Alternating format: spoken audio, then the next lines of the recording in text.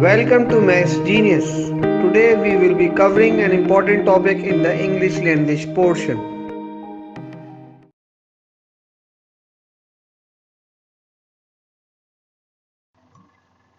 Okay, so as we were focusing on the vocabulary words, now let's have a look at the words fatuous, lassitude, pithy, dither. Now the word dither we are starting. It is a verb. As we are aware, from the word die का मतलब क्या बनता है? इधर उधर हो गया dither, right? अगर आप इसकी प्रोनाउंसिएशन से भी चेक करें तो इसका हम लोग क्या कहेंगे?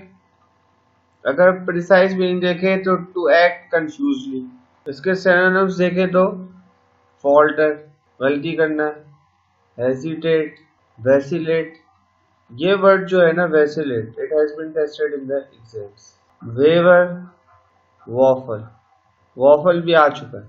तो ये इस तरीके से अगर हम देखें इसके सिनोनिम्स के साथ याद करें और इसकी वर्ब फॉर्म्स के साथ. अब ये क्या है? पाइथी एडजेक्टिव है, सही.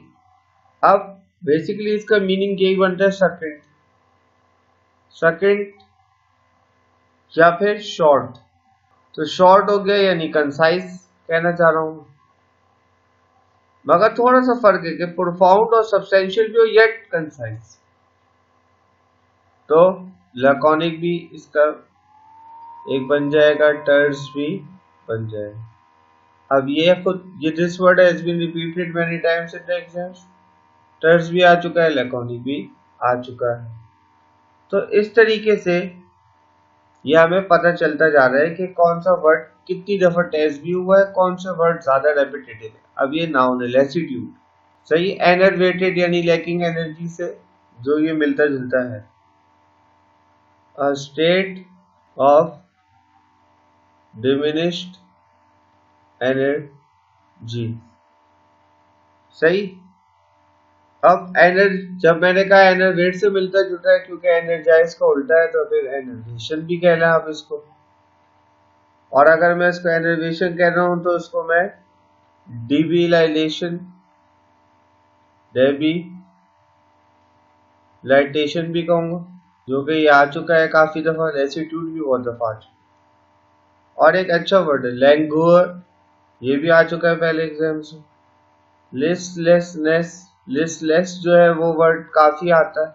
सिमिलरली वेयरीनेस और टायर्डनेस भी जाहिर सेम मीनिंग में आते हैं. तो इससे हमें अंदाजा होता है कि एक वर्ड के साथ हम किस तरीके से तकरीबन 5 या 10 वर्ड साथ साथ याद करें. फैचुअस, फैचुअस मीन्स स्टूपिड, फूलिश, स्टूपिड हो गया. ये भी कह सकते हैं कि फुलिशली सेल्फ सेटिस्फाइड. अब क्या इसका सिनोनिम एब्सर्ड, लुडिकुलस, प्रोपोस्टरस भी है और रिडिकुलस भी बनता है.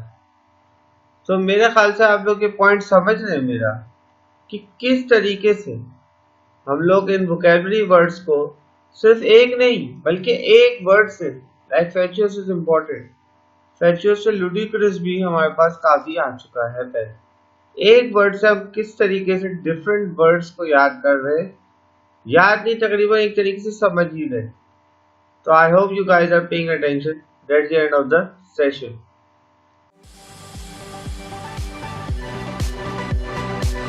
Thanks for watching. Please like, comment and share this video and subscribe my channel for more videos and updates.